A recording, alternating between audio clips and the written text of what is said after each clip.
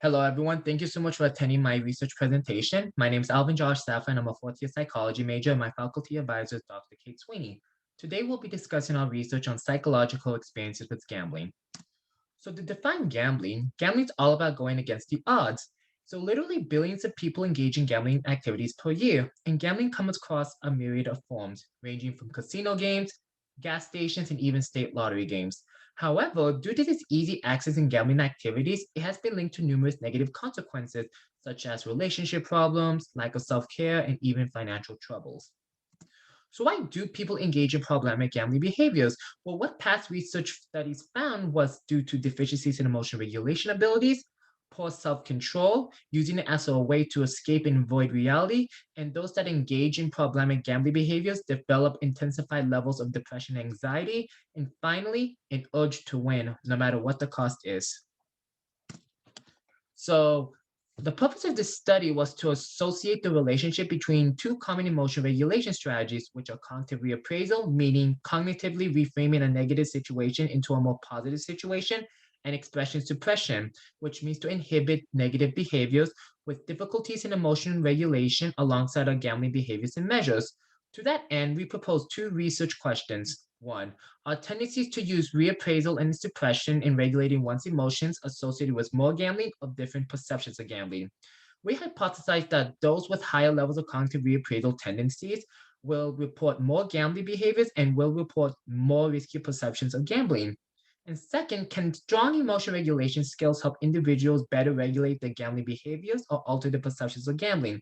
We hypothesize that those with lower levels of emotional awareness and clarity will report gambling more frequently and will report more riskier perceptions of gambling.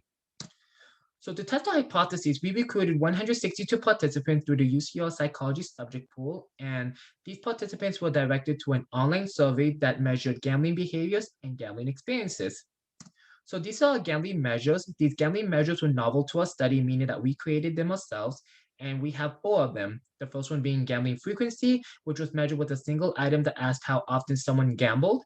Gambling recency, which was measured with a single item that asked when an individual engaged in a gambling activity. Frequency gambling in the past year, which was measured with a single item that asked how often someone gambled within the last 12 months. And finally, gambling experiences, which was a 20-item questionnaire that assessed gambling perceptions and experiences. And all gambling experience items were factor analyzed, and as a result, four types of gambling experiences emerged, which are stressed gambling behaviors, focused gambling behaviors, enjoyment gambling behaviors, and controlled gambling behaviors. These are emotion regulation measures. We used two of them. So, emotion regulation questionnaire measured cognitive reappraisal and expression suppression tendencies. And finally, difficulties in emotion regulation, which measured one's deficiency in regulating their emotions. So, the results suggested that for reappraisal tendencies, it only predicted controlled gambling, such that those with higher levels of reappraisal tendencies reported gambling in a more controlled way.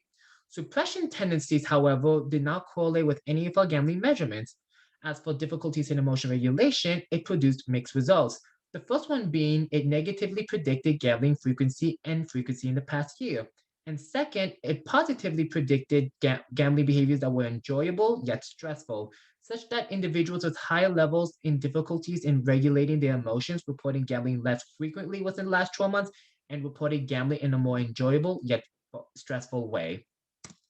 So what does this all mean? Well, it means that cognitive reappraisal reduces negative experiences and increases positive emotions.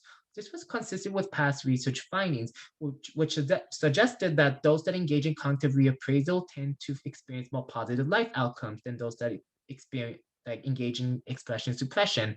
And finally, those who struggle with regulating their emotions experience gambling in a different way on various dimensions, meaning that those that tend to struggle more experience more problematic gambling than those that do not.